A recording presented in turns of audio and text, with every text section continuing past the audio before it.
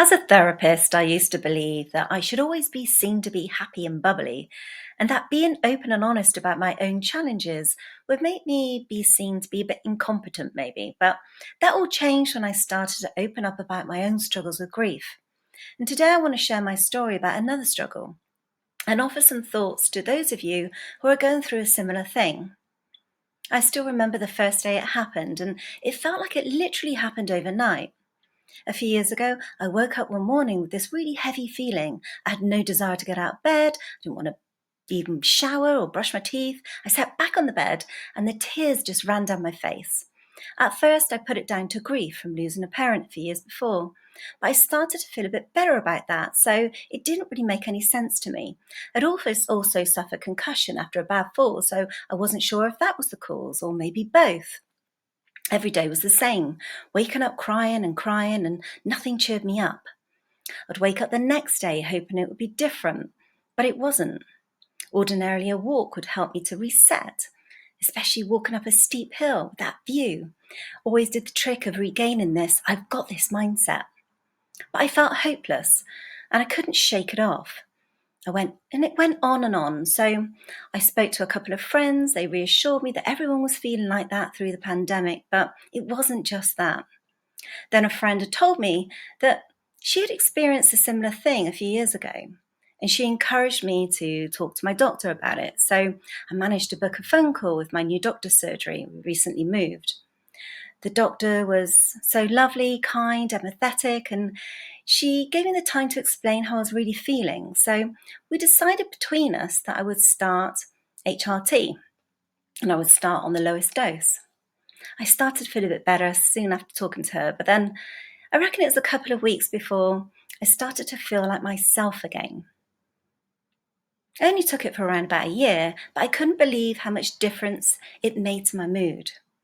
The reason I wanted to share this with you is because when you're in it, you know what feels like this big black hole. We seem to accept that we're feeling down because of a reason, something stressful going on in our lives, and that's acceptable.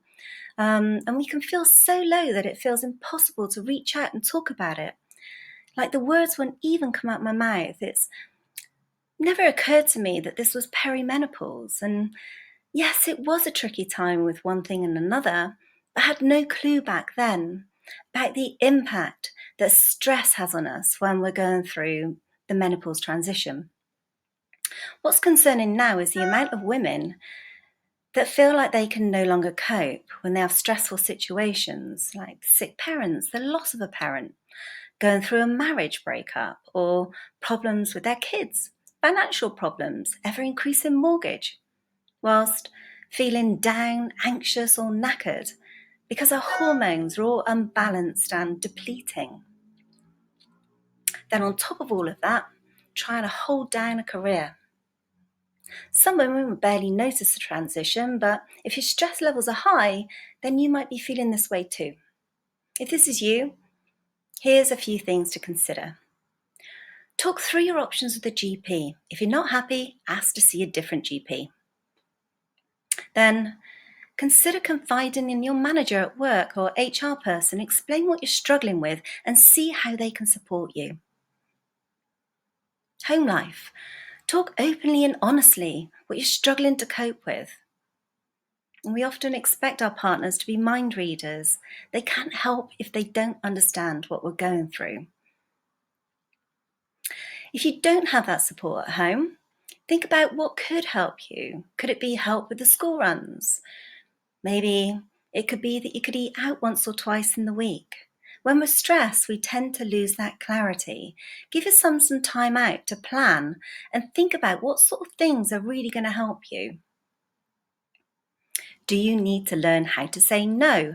It might be that you're always on the run, that you're everyone's go-to because you're so damn efficient. But during this phase, you might be less able to cope with all the demands, so you'll need to add in a bit of time for you. Learn to say no. Remember, if we keep doing the same, we're just going to get the same results. If you want to feel better, something has to change. This is not about strength of character, it's about a response to your body changing. I was so curious about this that I went on to take extra therapy and coaching training in helping women just like you navigate through the menopause.